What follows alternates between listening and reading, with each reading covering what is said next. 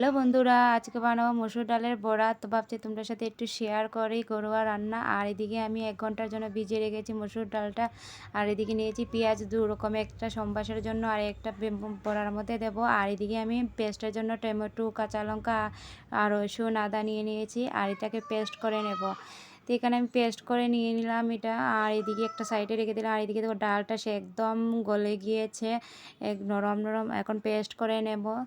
তো চলো পেস্ট করে নিই। আর এইদিকে তো এই দেখো ডাল আমার মিক্সিতে একদম সফটভাবে পেস্ট হয়ে গিয়েছে। আর এখন ঢেলে নিচ্ছি একটা বাটিতে। আর বাটিটি ঢেলে তার মধ্যে দিয়ে দেবো কুচো করা কাঁচা লঙ্কা, হলুদ গুঁড়ো, কাশ্মীরি লাল লঙ্কা গুঁড়ো, আর দিয়ে দিলাম পেঁয়াজ কুচানো। দিয়ে এটাকে ভালো করে মিক্স করে নেবো। স্বাদ মতো নুনও দিয়ে দিলাম। আর দিয়ে এখন ভালো করে ফেটাচ্ছি এটাকে।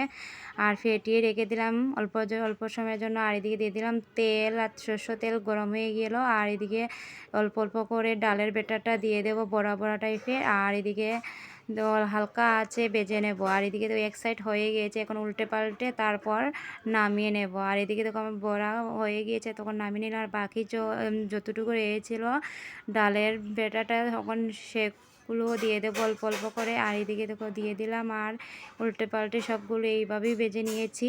আর এখন এই তেলের মধ্যেই আমি আলুটি ভেজে নেব। আর এর একটি বড়া হয়ে গিয়েছে আমার। আর এদিকে আমি আলুটি একটু লবণ আর সামান্য হলুদ দিয়ে ভেজে নিচ্ছি।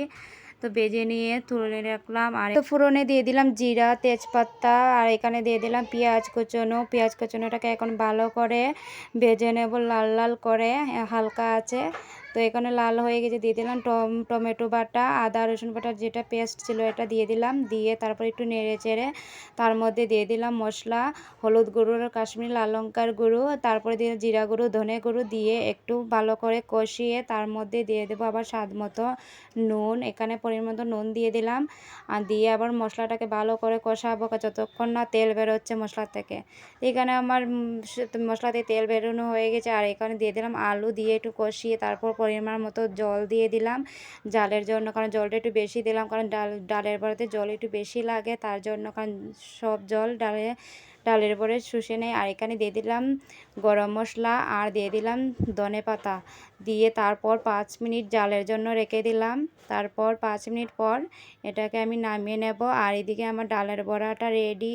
তো কেমন হয়েছে আমার ডালের বড়ার তরকারি অবশ্যই কমেন্ট করে জানিও। আর সবাই ভালো থাকবেন, সুস্থ থাকবেন। Tata, bye bye.